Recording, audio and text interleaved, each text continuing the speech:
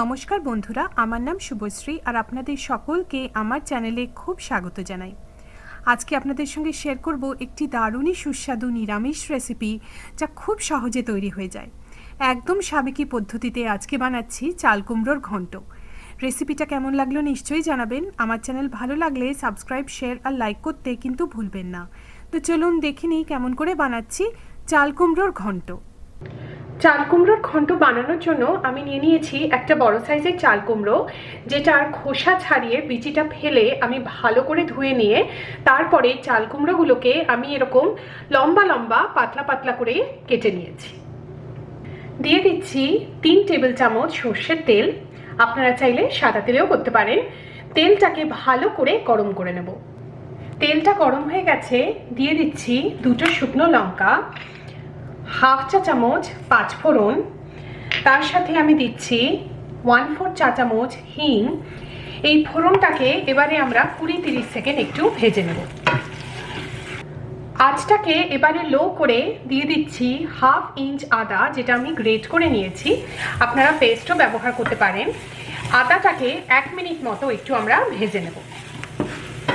দিয়ে দিচ্ছি হাফ চা চামচ হলুদ গুঁড়ো, তার সাথে দিচ্ছি 1 চা চামচ জিরে গুঁড়ো। এবারে এর মধ্যে সামান্য একটু জল দিয়ে আমরা মশলাটাকে 1-2 মিনিট মিডিয়াম লো আঁচে কষিয়ে নেব। দিয়ে দিচ্ছি 1 কাপ গ্রেট করা নারকোল। নারকোলটাকে আমি দিয়ে দিলাম।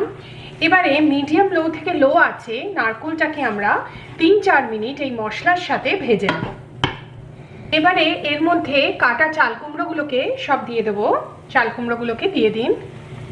এবারে আঁচটাকে মিডিয়াম করে চালকুমড়োটাকে 2-3 মিনিট আমরা বাকি মশলার সাথে ভেজে নেব। চালকুমড়োগুলোকে ভালো করে ভেজে নিয়েছি। এর মধ্যে এবারে আমি দিয়ে দিচ্ছি নুন স্বাদ মতো। নুনটাকে ভালো করে মিশিয়ে নেব। এবারে ঢাকা দিয়ে মিডিয়াম আঁচে চালকুমড়োটাকে আমরা 7-8 মিনিট রান্না হতে দেবো। কোনো জল কিন্তু অ্যাড করছি না, চালকুমড়ো থেকেই জল বেরোবে, তাতেই চালকুমড়োগুলো রান্না হতে থাকবে। প্রায় 8 মিনিট হয়ে গেছে। দেখছেন চালকুমড়োটাতে থেকে কতটা জল বেরিয়েছে। এর মধ্যে এবারে আমি দিয়ে দিচ্ছি 3টে কাঁচা লঙ্কা। ফ্লেভারের জন্য আমি দিলাম 1 চা চামচ চিনি। সব কিছু একবার একটু ভালো করে মিশিয়ে নেব। এবারে আবার ঢাকা দিয়ে চালকুমড়োটাকে পুরোপুরি আমরা সেদ্ধ করে নেব। চালকুমড়োটা অনেকটাই সেদ্ধ হয়ে গেছে, আর 3-4 মিনিটে পুরোটা সেদ্ধ হয়ে যাবে। চালকুমড়োগুলো পুরোপুরি সেদ্ধ হয়ে গেছে।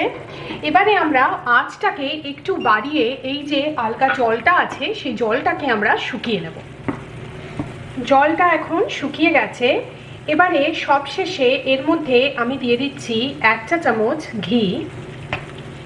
আমাদের সাবেকি পদ্ধতিতে চালকুমড়োর ঘন্ট একদম তৈরি। সহজ একটি রেসিপি, খুবই সুস্বাদু হয় খেতে।